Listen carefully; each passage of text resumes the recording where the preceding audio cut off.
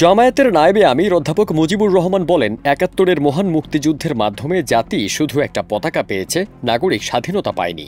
অথচ এদেশের নাগরিকেরা মুক্তিযুদ্ধে অংশগ্রহণ করেছে ভাতের অধিকার, ভোটের অধিকার ও বৈষম্যের বিরুদ্ধে। কিন্তু স্বাধীনতা অর্জনের দাবিদারদের হাতে আমাদের অর্জিত স্বাধীনতা লুণ্ঠিত হয়েছে।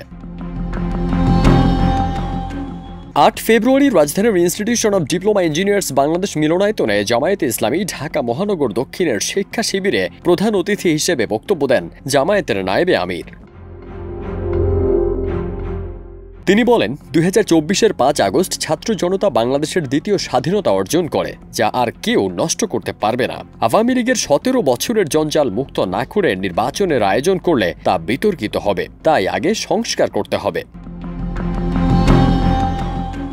সভাপতির বক্তব্যে নুরুল ইসলাম বুলবুল বলেন, জামায়াত বিরোধিতা, প্রতিহিংসা, ক্ষোভের রাজনীতির কবর রচনা করতে চায়। জামায়াতে ইসলামী একটা নতুন ধারার রাজনীতি প্রতিষ্ঠা করতে চায়। এই নতুন ধারার রাজনীতির প্রবর্তক জামায়াতের আমির।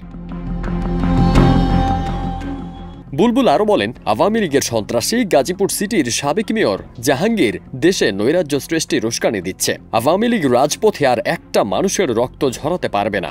জামায়াত শিবিরের কর্মীরা অতীতের মতো জনগণের পাহারাদার হয়ে কাজ করবে। গণহত্যার দায়ে সন্ত্রাসী গোষ্ঠী আওয়ামী লীগকে নিষিদ্ধ করার দাবিও জানান তিনি।